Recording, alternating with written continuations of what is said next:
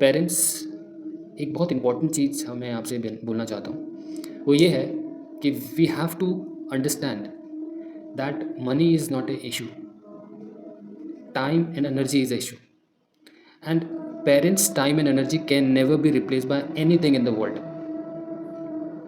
We have to step back, we have to understand what is the need of a child, how he and she must be groomed.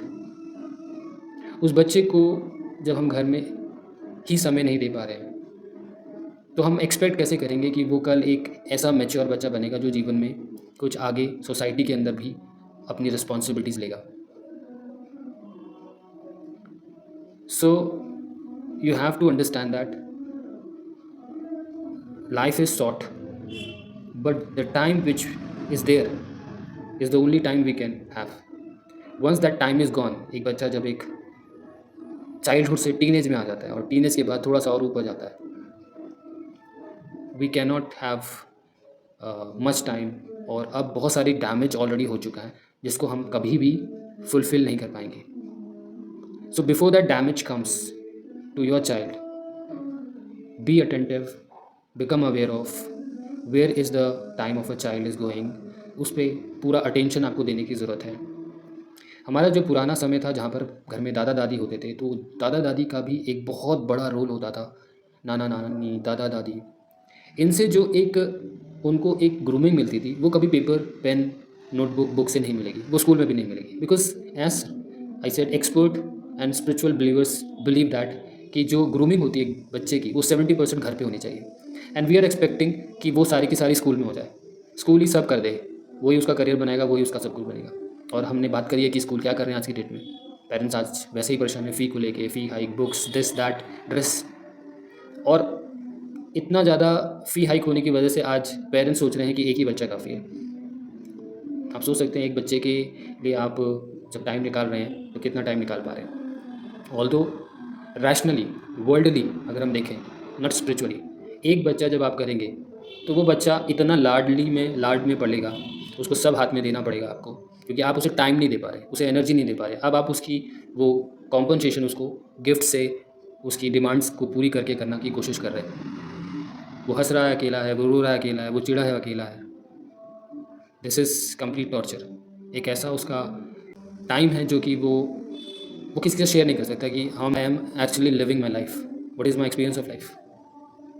जब 2 बच्चे होते हैं या 3 बच्चे होते हैं घर में, तो हम उसको वो आपस में एक उनकी बॉन्डिंग होती है. पेरेंट्स का थोड़ा एब्सेंस भी होगा तो बहुत सारी चीज़ें चल जाती है. ग्रैंड पेरेंट्स अगर घर में हो तो एक और आपका बहुत सारी प्रॉब्लम सॉर्ट आउट हो जाती है.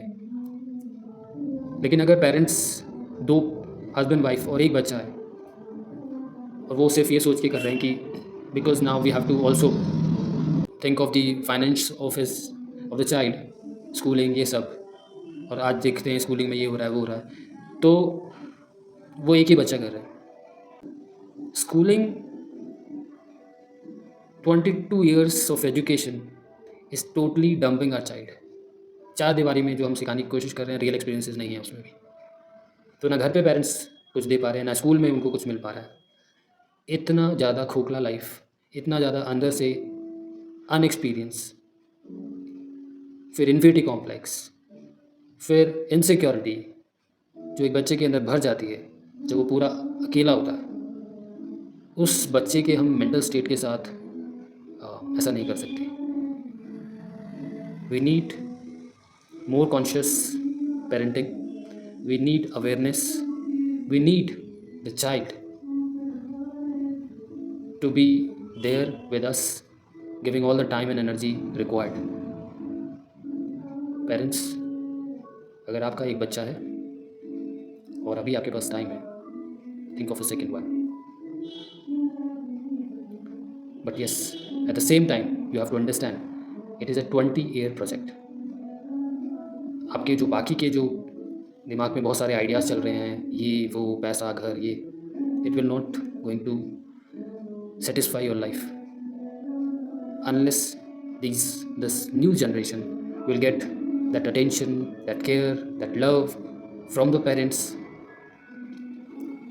who have the vision, a long-term vision, where they think that where is the future, where is the career, where is the betterment, what is the need of a child. I hope you have better plans. I hope you are better mature and you know what is required. So please do everything possible so that your child may get your attention, your love, and your care. Thank you so much.